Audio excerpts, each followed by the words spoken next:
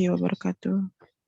Jadi ini pas bulan Ramadan ya. Jadi saya ucapkan selamat menunaikan ibadah Ramadan. Semoga amal ibadah kita disempurnakan dan diterima dan pahala kita dapat digandakan ya. Dan kita diberi kesempatan dan kekuatan untuk menyelesaikan bulan Ramadan ini sebaik-baiknya. Amin. Ya. Oke, baik saudara sekalian. Pada pagi hari ini kita akan mendiskusikan soal ide bisnis lokal. Ya, kenapa lokal? Tugas kita semua untuk mengangkat sumber daya lokal. Ya, jangan bangga dengan kita makan pizza, makan hamburger, sandwich, segala macam itu semuanya bukan lokal, itu impor semua.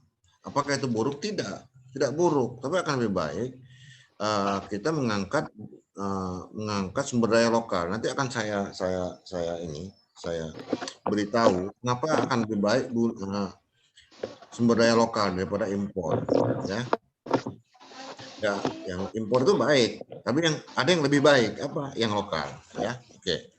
Saudara sekalian, nah ini akan kita kaitkan dengan tugas ya, dengan tugas kalian, tugas yang kedua nanti, ya. Tugas kedua ini namanya tugasnya sekarang IBL ya, ide bisnis lokal untuk mata kuliah kewirausahaan ini, ya.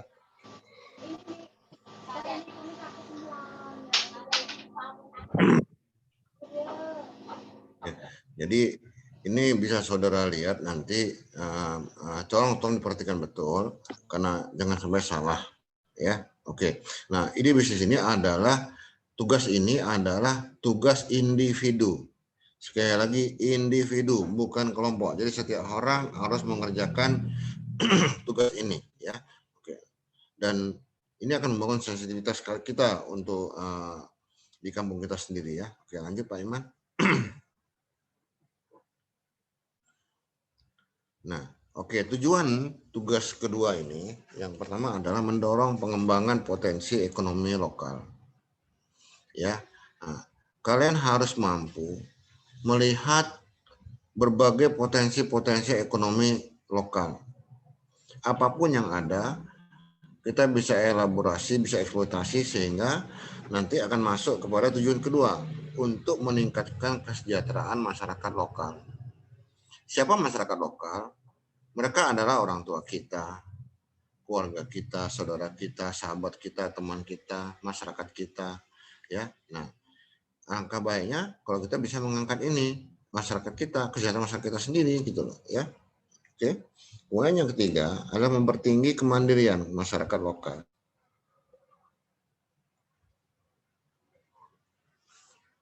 Kalau masyarakat kita sudah semakin sejahtera dengan sumber daya lokal, ya suatu sumber daya yang kita miliki sendiri, maka kita akan bisa semakin mandiri.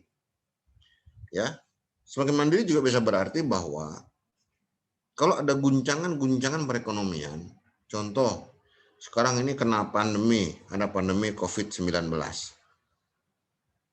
Ya, kemudian sehingga secara ekonomi ya secara kita semua terpukul gitu loh, ya.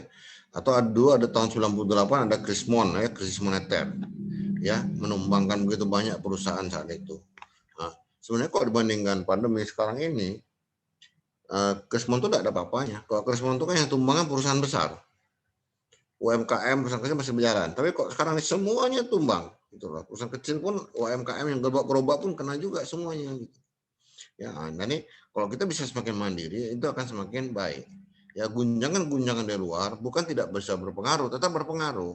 Tapi pengaruh negatifnya bisa dikurangi, bisa dinetralisir, ya. Oke. Yang keempat, untuk memperkuat daya saing lokal. Bayangkan kalau sumber dayanya ada di daerah kita. Keahlian untuk mengolahnya pun ada di daerah kita. Ya. Nah, bahan-bahannya semuanya ada di daerah kita. Ya, tidak akan mudah untuk melakukan peniruan, ya, tidak akan mudah untuk melakukan peniruan. Jadi ini dia, ya. Jadi kita memiliki kekuatan untuk bisa semakin mandiri, untuk bisa semakin sejahtera. Yang kelima, dan ini untuk tantangan kalian semua, membangun sensitivitas dan kreativitas mahasiswa. Kenapa sensitif? Coba lihat sekeliling kalian, ya.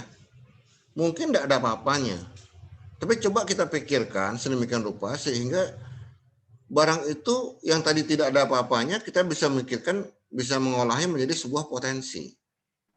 Kemudian setelah menjadi potensi, apalagi langkah selanjutnya menggunakan kreativitas, ya, untuk mengangkatnya, mengangkatnya menjadi sebuah usaha atau bisnis yang real, bukan sekedar ide lagi. Ide itu kan potensi, ya. Waktu itu potensi. Ada yang sebelum potensi apa? Yang tidak ada idenya itu, yang belum ada apa-apanya, tapi ternyata itu baik gitu. Masalahnya kadang-kadang kita semua terjebak oleh rutinitas. Sesuatu tuh kayaknya biasa-biasa saja, ya. Nah, mungkin kemarin di kampung seorang mahasiswa, teman kalian tuh ada banyak yang nanam kopi. Mungkin dia melihatnya biasa-biasa saja, tapi kalau misalnya itu bisa diolah, wah ini kopi dari kampung situ, itu diolah, maka itu menjadi sebuah daya saing yang kuat. Nah itu dia. Ya, apalagi dia bilang dia mau bikin kopi pandan. Mungkin bisa di tempat dia ada kopi juga banyak pandannya, ya. Apalagi nanti ada gulanya pakai gula aren atau gula merah, ya. Dia meraciknya sendiri. Nah, bayangnya coba akan terkenal kampungnya, ya. Nah, ini kalau di franchise kan ya kayak warung kopi yang di Pontianak ini kan juga banyak franchise-nya ya. Wah, saya nggak enak menyebut warung kopinya, tapi ya ramai juga gitu, ya. Oke, lanjut Pak Iman.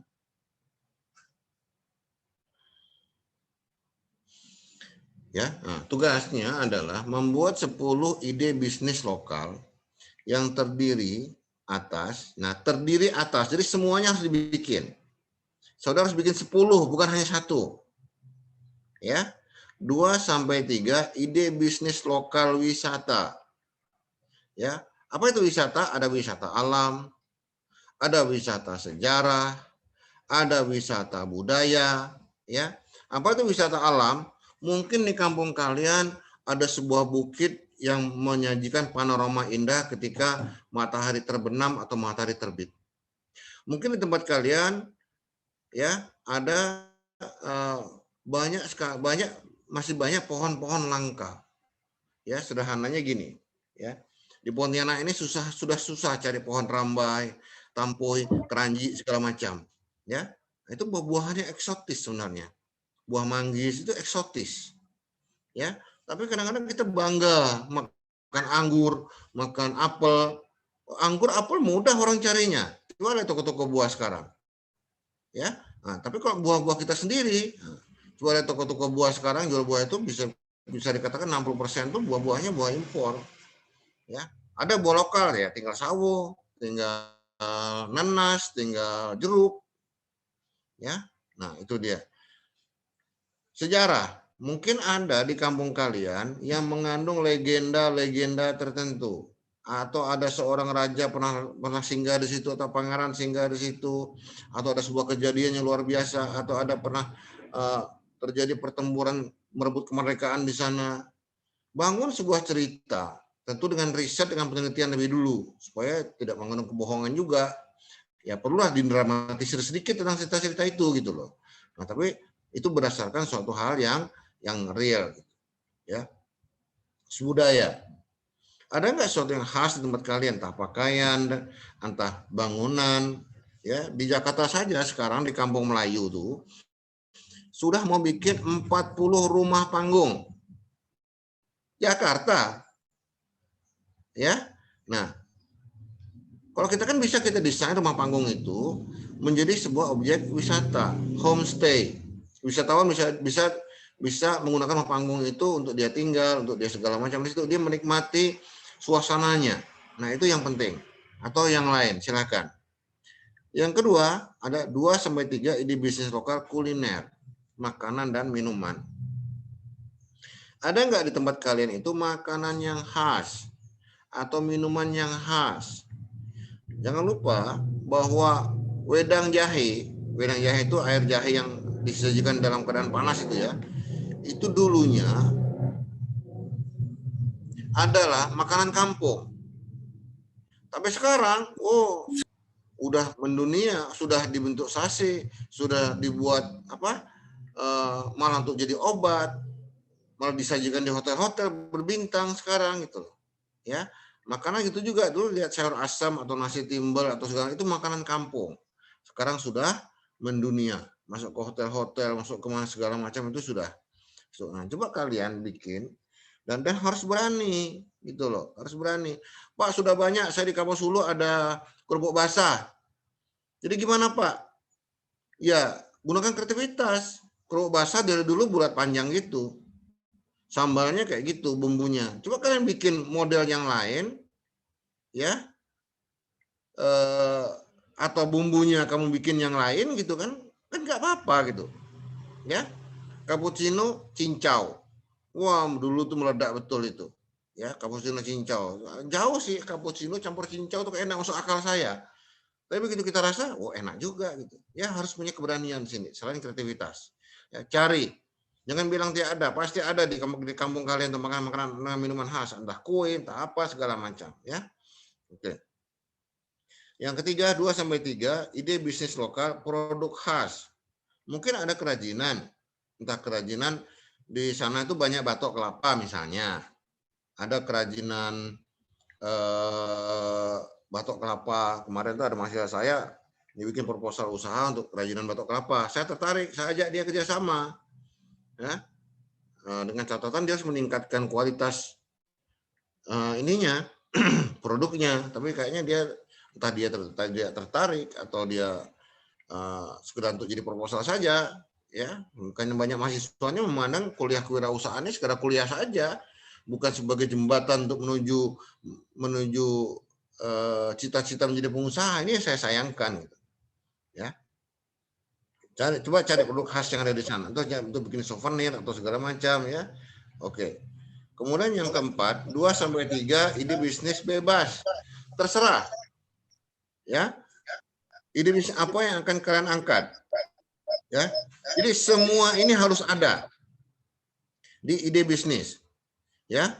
2-3, kalau misalnya semuanya 2 minimal 2 berarti baru 8 ide bisnis, ya. 8 ide bisnis. Berarti ada 2 ide bisnis yang 2 ide bisnis yang 3 buah, ya. Nah, ada 2 ini yang 3 buah. Jadi kalian harus buat 10 ide bisnis terdiri atas 2-3 ide bisnis wisata alam, 2-3 ide bisnis kuliner, 2-3 bisnis produk khas, 2-3 bisnis bebas. Ya, oke. Lanjut Pak Eman.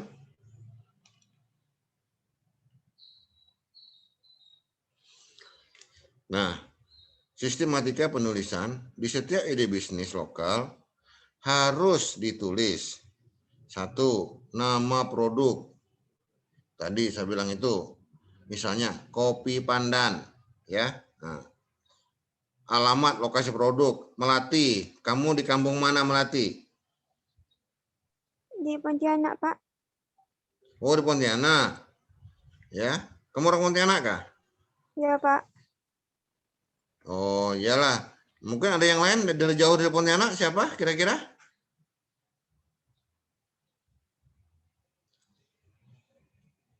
Halo, Assalamualaikum.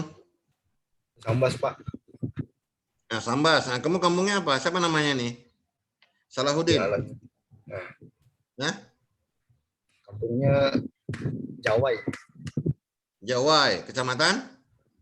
Kecamatan Jawai, kampungnya Lambau. Apa? Kecamatannya Jawai, kampungnya Lambau namanya. Labau. Halaman, Pak. Labau ke kecamatan? Kampungnya? Iyalah.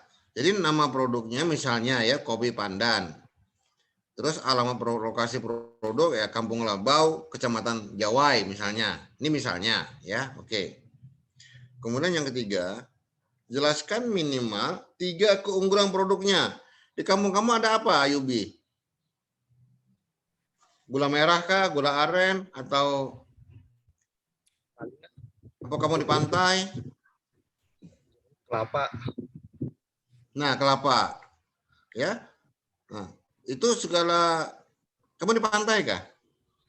Nah, pantai ada Pak, pantai.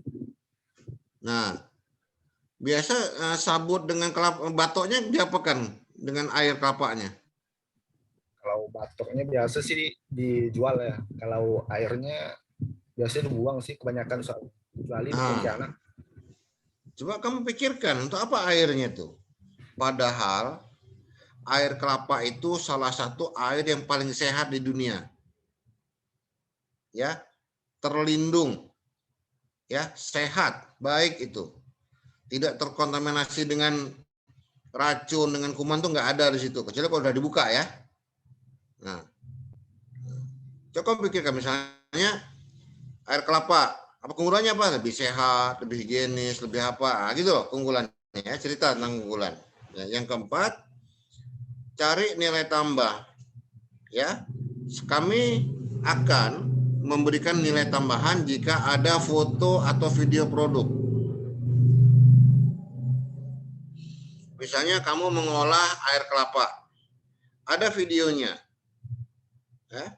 Atau kamu cerita tentang pohon kelapa lah. Kamu bikin video di pohon kelapa, kamu videokan dari akar sampai ke atas atau dari atas sampai ke bawah, kamu cerita daunnya bermanfaat untuk ini, batangnya gini-gini, akarnya gini-gini. Kamu cerita banyak tentang pohon kelapa. Itu loh, ya. Nah, pohon kelapa itu produknya banyak sekali, airnya, dagingnya, batoknya, sabutnya, kemudian daunnya, lidinya, ya, Salahuddin ya, banyak sekali kan manfaatnya kan? Ya, ini luar biasa sekali kok bisa soal kelapa ini. Ya, makanya lambang pramuka itu kan tunas kelapa. Ya. Karena manfaatnya luar biasa, banyak sekali gitu loh, ya. Oke. Jadi ini sistematikanya, lanjut Pak Iman. Nah, catatan. Dikirim ke Google Classroom, ini salah ketik ya Google-nya ya. Paling lambat tanggal 25 April tahun 2021 jam 12 malam. Jadi masih ada waktu 10 hari. Diketik di kertas A4 huruf Arial 11 dan spasi 1,5. Jadi dalam satu halaman itu bisa ada 2 sampai 3 ide bisnis. Enggak perlu satu halaman satu ide bisnis, enggak perlu. Kok cukup menulis syarat, ada nama produk, ada alamat produk, kemudian yang ketiga ada keunggulan, ada minimal 3 keunggulan. Cukup itu aja. Ya, baru ide bisnis itu, ya. Nah, kemudian diberi nama file IBL. IBL itu kode tugas, karena tugas yang lain juga nanti ada. Nama misalnya Salahuddin. Nah, kasih nama IBL Salahuddin. Prodi atau kelas ES apa nih, C ya? ESC. Ya, Ya. Nah, itu dia. Nah, atau contoh IBL Spiderman. Ya, namanya Spiderman. Atau Superman boleh. Atau X-Men boleh, terserah lah. Ya. Nah, ESE ini contoh aja. Jika ada foto atau video, nama file menjadi nama folder. Sedangkan untuk file bisa diberi nama sesuai isi file. Ya, nah, teknis yang ini folder segala macam ini tanya Pak Iman ya. Nah, beliau lebih paham dari saya nanti. Tapi kalau saya jelaskan bukan makin ngerti, karena makin bingung nanti, ya. Oke, jadi ini yang perlu saudara nanti serahkan, ya. Tanggal 25. Oke, penjelasannya. Yang dimaksud lokal adalah menggunakan sumber daya yang ada di kampung kalian atau di sekitar kampung kalian. Ya, itu dia. Nah, Ayubi, kamu di Sambas itu pantai itu sungai atau laut? Laut Pak. Laut. Bisa mancing nggak, Ayubi? Nggak bisa sih. Airnya kuning. Airnya kuning. Oh, ya kan mungkin dapat ikan cepat, ikan gabus itu kali. Itu di sungai.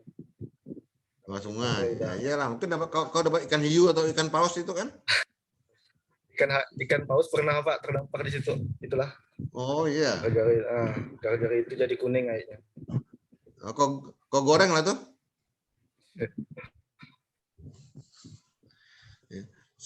Seberapa besar kualinya ya Ayubi ya? Oke, ini penjelasannya ya, menggunakan sumber daya yang ada di situ. Karena tadi untuk daya saing kan, untuk kemandirian kan, untuk kesejahteraan kan. Kalau bahan dari luar, ya kamu mesejahterakan orang lain gitu loh, beli di luar kan. Oke, ini masalah nih lokal. Contoh, ya. Nah, ini yang sering saya angkat, contohnya, seandainya kemarin ada cerita teman kalian tuh orang tuanya usaha produksi gula merah. Nah, jadi mau diapakan nih Pak? Loh, kamu pikirkanlah, saya bilang, dari saya kecil sampai sekarang, entah sudah berapa juta tahun, gula merah tuh gitulah bentuknya. Ya, bulat, besar, dibungkus daun. Terus jualnya digantung-gantung gitu. Atau tumpuk-tumpuk gitu kan. Nah, kenapa tidak kamu perkecil bungkusnya? Kamu ganti bungkusnya dengan plastik atau apa segala macam. Kenapa dikecilkan? Kalau ibu-ibu mau masak, dia kan motong dari yang besar tuh. Nah, terus disimpan lagi. Padahal itu udah kena pisau, udah kena tangan. Mungkin udah tidak higienis lagi. Ya, tapi kok dikecilkan, ya, nah dia kan sesuai dengan keperluan dia gitu loh. Ya, nah ini contohnya. Ya, nah di sini misalnya Ayubi ingin punya produksi gula merah. Nah, kan kamu bisa upload bikin gula merah sehat misalnya gitu kan. Nah, kamu bisa bantu pemasarannya dengan online dan kadang-kadang kamu tambahin artikel khasiat gula merah untuk kesehatan misalnya, atau manfaat gula merah, atau masakan dengan menggunakan gula merah. Kenapa? Ini untuk memperbesar permintaan gula merah gitu loh kan. Wah, ternyata enak pakai gula merah, lebih sehat, lebih baik. Nah, kan membantu petani-petani yang lain, produsen yang lain. Nah, jadi di Jawa itu ada petani porang. Porang itu kalau orang Jawa itu gandos. Tapi enggak tahu ya. Di sini apa namanya gitu, umbi-umbian gitu. Dia berhasil sampai bisa pasar ekspor. Akhirnya sekabupaten itu nanam gandos, terangkat ke mandiri, ya. Dia kondisi ekonomi kita turun nggak ada masalah, orang dia ekspor kok, gitu loh. Ya, nah ini yang luar biasanya tuh, ini luar biasanya di sana, ya. Nah itu contoh. Nah sekarang ada pertanyaan nggak kira-kira dari kalian semua untuk materi ini?